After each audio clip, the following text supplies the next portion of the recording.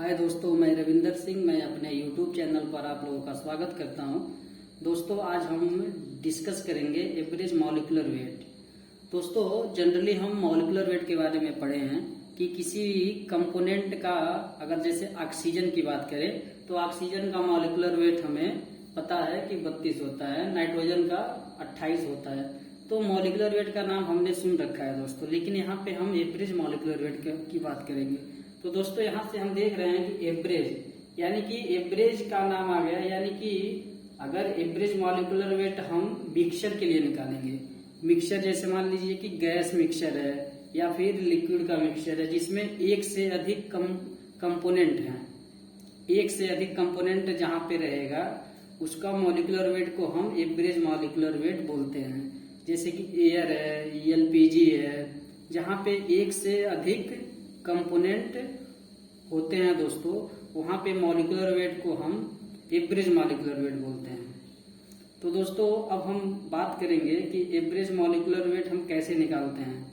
तो दोस्तों, average molecular weight निकालने के लिए हमने एक फार्मूला लिखा है यहाँ पे कि एवरेज मॉलिक्यूलर वेट। यहाँ पे दोस्तों जो एक्स ए है, ये हमारा कंपोनेंट ए का मोल फ्रैक्शन है। उसके बाद ये जो हमारा है एम ए, ये हमारा मॉलिक्यूलर वेट ऑफ कंपोनेंट ए। उसके बाद प्लस एक्स बी, जो हमारा बी कंपोनेंट है उसका मोल फ्रैक्शन। उसके बाद हमारा जो बी कंपोनेंट का मॉलिक्यूलर वेट। उसके बाद प्लस हम दोबारा करेंगे प्लस। उसके बाद तीसरा जो हमारा जो सी कंपोनेंट है उसका मोल फ्रैक्शन, और उसके बाद into molecular weight of component C. यहाँ पे दोस्तों सी रहेगा। अगर दोस्तों मान लीजिए तीन कंपोनेंट है तो हम तीनों को इस प्रकार लिख के और तीनों को जोड़ देंगे, और अगर 4 5 है जो भी है तो हम आगे मतलब जोड़ते रहेंगे, मतलब प्लस करके और उसका mole fraction into molecular wait करके हम जोड़ते रहेंगे। ओके दोस्तों, तो अब दोस्तों इसको हम कैसे निकालेंगे हम एग्जाम्पल के थ्रू समझते हैं। तो दोस्तों, यहाँ पे हमने लिखा है कि कंपोजिशन ऑफ एयर, यानी कि दोस्तों यहाँ पे एयर का जो कंपोजिशन है उसमें नाइट्रोजन 78% है और ऑक्सीजन 20.9, आर्गन 0.90%, उसके बाद कार्बन डाइऑक्साइड गैस 0.20%। ये दोस्तों एयर का कंपोजिशन है। अब दोस्तों हमें एयर का मॉलिक्यूलर वेट निकालना है। तो एयर का मॉलिक्यूलर वेट निकालने के लिए दोस्तों हमने यहाँ पे मॉलिक्यूलर वेट का फार्मूला लिख रखा है कि मिक्सचर के लिए, गैस मिक्सचर या फिर लिक्विड मिक्सचर के लिए हम मॉलिक्यूलर वेट इस प्रकार निकालेंगे। तो एवरेज मॉलिक्यूलर वेट के लिए मैंने फार्मूला लिख दिया। अब यहाँ पे दोस्तों, यहाँ पे एक्स ए, यहाँ पे हम देख रहे हैं कि हमारा जो पहला कंपोनेंट है वो हमारा नाइट्रोजन है। तो हमको नाइट्रोजन का मोल फ्रैक्शन चाहिए, लेकिन दोस्तों यहाँ पे नाइट्रोजन जो है वो परसेंटेज के फॉर्म में है। तो परसेंटेज को मोल फ्रैक्शन के फॉर्म में चेंज करने के लिए यहाँ पे दोस्तों हम इस परसेंटेज में 100 का भाग कर देंगे। तो जब 100 का भाग करेंगे तो यहाँ पे मोल फ्रैक्शन की जो नाइट्रोजन का जो मोल फ्रैक्शन आएगा वो 0.78 आएगा। ओके दोस्तों, उसके बाद दोस्तों नाइट्रोजन का मॉलिक्यूलर वेट, तो हम 0.78, क्योंकि नाइट्रोजन का परसेंटेज 78% है, इसको जब फ्रैक्शन के फॉर्म में चेंज करेंगे तो 0.78 आएगा।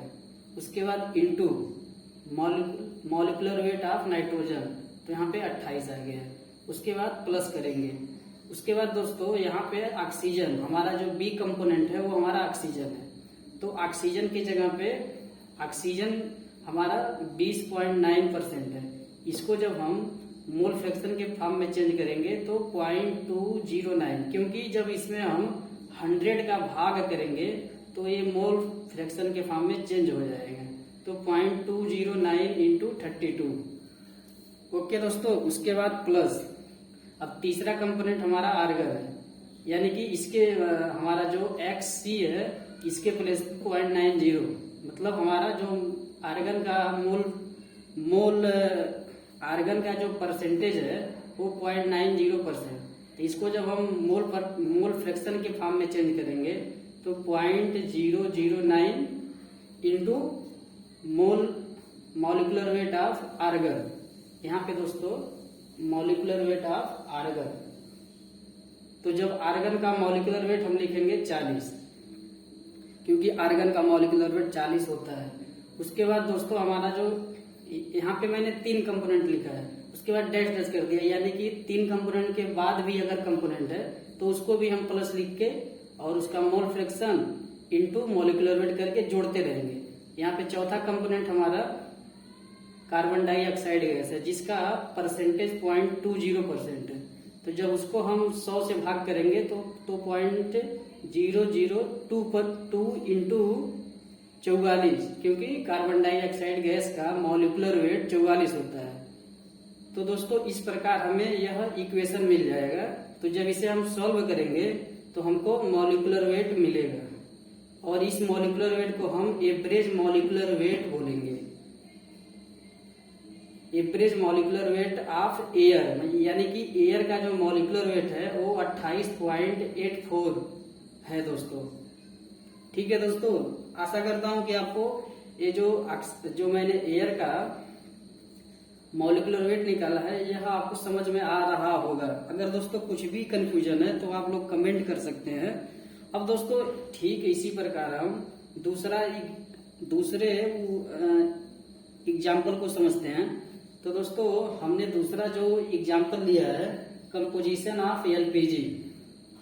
तो कंपोजिशन ऑफ एलपीजी की बात करेंगे दोस्तों, तो हम जानते हैं कि एलपीजी के अंदर 70%, ये दोस्तों हमारा C4H10 इसे हम ब्यूटेन बोलते हैं, और C3H8 ये हमारा प्रोपेन है। यानी कि एलपीजी गैस जो है वो ब्यूटेन और प्रोपेन का मिक्सचर होता है, जिसमें ब्यूटेन की मात्रा 70% और प्रोपेन की मात्रा 30% होती है। तो जब इसे हम कैलकुलेट करेंगे एवरेज मॉलिक्यूलर वेट, क्योंकि ये भी हमारा मिक्सचर है, तो जब इसे हम एवरेज मॉलिक्यूलर वेट से कैलकुलेट करेंगे तो यहाँ पे देख रहे हैं हमारा जो पहला कंपोनेंट है यानी कि XA, ये हमारा परसेंटेज के फॉर्म में है। तो इसे हम मोल फ्रैक्शन के फॉर्म में चेंज करेंगे तो 100 से भाग कर देंगे तो 0.70 आएगा इंटू, अब इसका हमको मॉलिक्यूलर वेट चाहिए। तो मॉलिक्यूलर वेट निकालने के लिए जब इसको हम निकालेंगे तो कार्बन का 12 होता है, तो 12 चौक 48 और हाइड्रोजन का 1 यानी कि 58 आ गया। तो यहाँ पे मैंने 58 का गुणा कर दिया। उसके बाद प्लस हमारा दूसरा कंपोनेंट प्रोपेन है। प्रोपेन का मोल फ्रैक्शन हम जब निकालेंगे, क्योंकि यहाँ पे परसेंटेज है, तो इसको हम 100 से भाग करेंगे तो 0.30 आएगा इंटू 44 दोस्तों इसका मॉलिक्यूलर वेट है। तो जब इसे हम सॉल्व करेंगे तो हमें यहाँ से निकल जाएगा average molecular weight of LPG 53.8। तो दोस्तों इस प्रकार हम किसी भी मिक्सचर का एवरेज मॉलिक्यूलर वेट आसानी से निकाल सकते हैं। कितना हो कंपोनेंट उसमें हो सकता है दोस्तों, एक से ज्यादा कितना हो सकता है। हमारा सबसे पहला काम रहेगा कि हम पहले कंपोनेंट को मोल फ्रैक्शन के फॉर्म में लिखेंगे, जैसे मैंने यहाँ पे लिखा है, यहाँ पर भी लिखा है, यहाँ पर भी लिखा है, और उसके बाद इंटू उसके मॉलिक्यूलर वेट से गुणा कर देंगे और ऐसे ही हम जोड़ते रहेंगे। तो दोस्तों आशा करता हूँ कि आप लोगों को एवरेज मॉलिक्यूलर वेट अच्छे से समझ में आया होगा। अगर दोस्तों कहीं पे भी कंफ्यूजन हो तो आप लोग कमेंट कर सकते हैं। ओके दोस्तों, थैंक यू।